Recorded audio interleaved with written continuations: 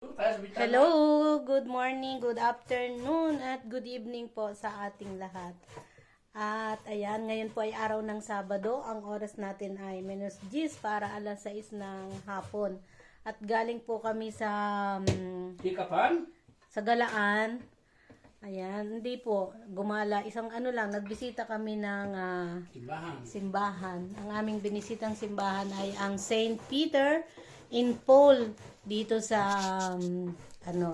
dito sa Roma.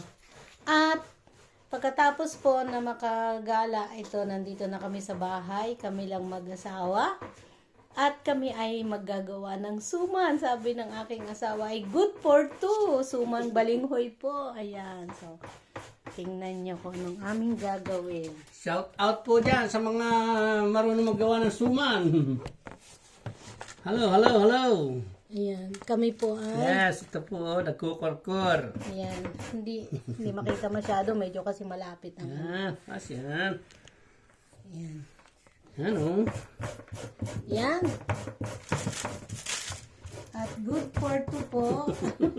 Ang trabaho. Ang aming gagawing suman. Ito po ay balinghoy. Sabi nila ay kamuting kahoy. Oh, ayan. Kanyang gawa, kanyang kain.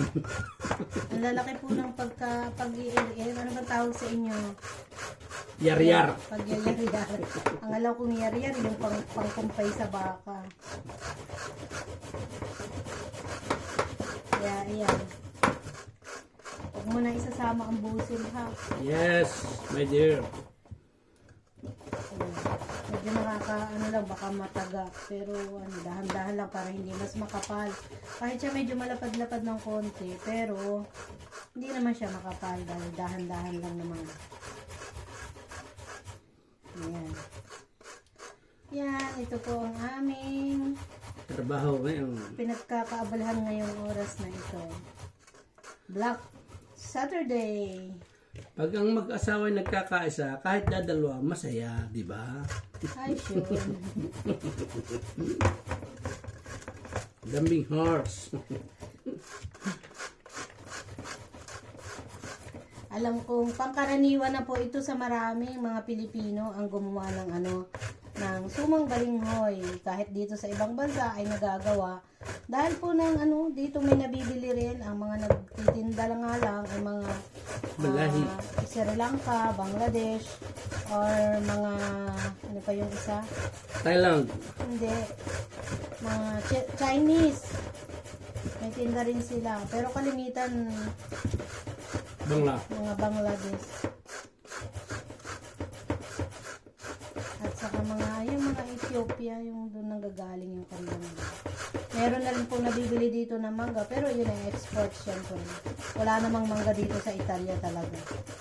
Ang mangga dito ay galing na sa ibang bansa. Walang puno ng mangga dito sa Italia. Kahit nga saging, kasi yung saging dito hindi nabubuhay na kagaya ng sa Asia. Namamatay po rito ang mga Kasi malamig. saging dahil po pag taglamig, nasusunog ang kanilang mga Nanlulugon ang mga dahon nila. daon at dahon. Matitira lang yung puno nila. Akala mo na nawala na, pero buhay pa. Tuyo nga lang tingnan.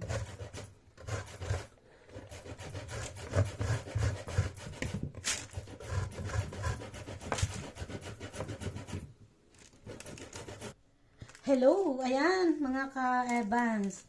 Tapos na nating gadgadin ang ating balinghoy. At ngayon po, pigain natin ng konti. Para naman mawala yung konting konti lang.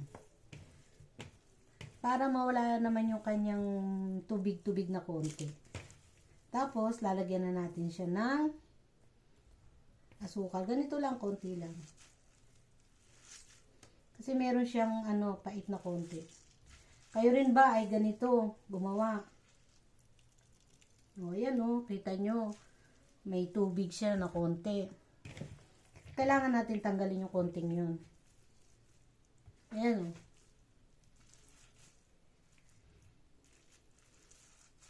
Ano po to? Lutong bahay at sariling kaalaman lang, ha? Mga ka-Evan. Kasi pansarili naman po ito. Sabi nga ni Mr. good for two. Yan. At sa mahihilig po dyan sa sumang kamuting kahoy, balinghoy.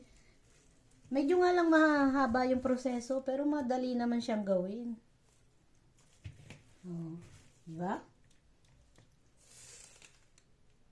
At ayan, mga ka-Evans, natapos na natin pigain. At ito po yung tubig na nakuha natin. So, papatiningin muna natin siya. Kasi yung latak niya, kukuhain din natin. So, papatiningin natin to saglit. Yan, ganyan. At ito naman yung atin ng napiga. So, yun. At ngayon, ang atin namang itong makapuno, lagyan natin siya ng makapuno.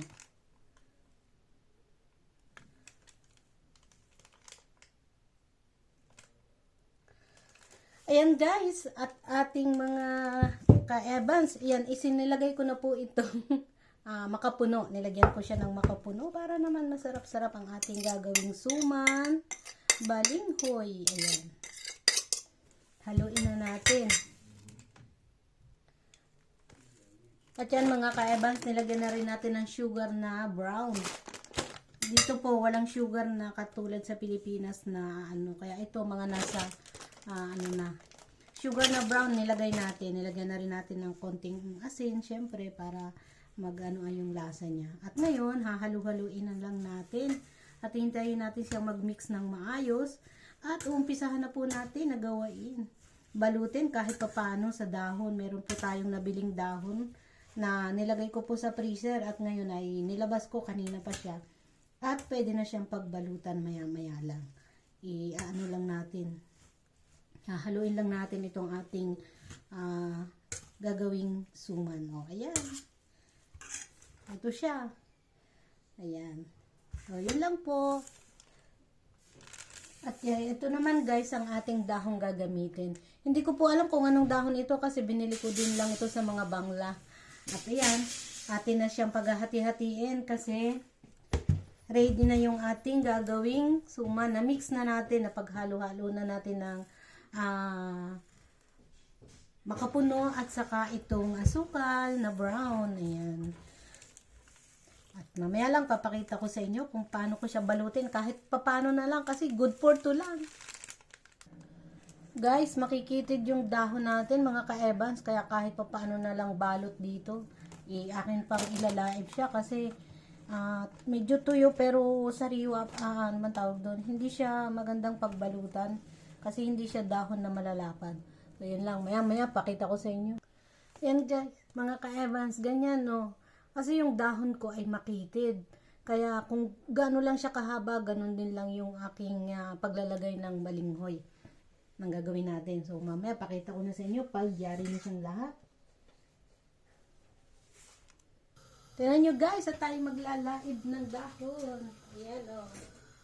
Yan. Ganito lang. Oh, di ba? Pag gusto may paraan. Gustong mangain, kaya magtsatsagang magluto.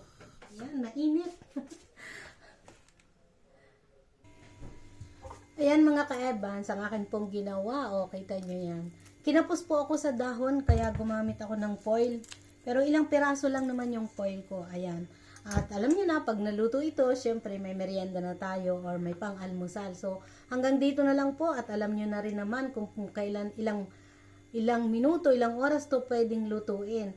Kaya, ayun, ito na po yung aking ganawang sumang balinghoy. Lulutuin na lang para may merienda or pang-almusal kami. So, maraming salamat po sa patuloy na pagsuporta niyo sa akin, mga subscriber. At sana madagdagan pa ang aking subscriber.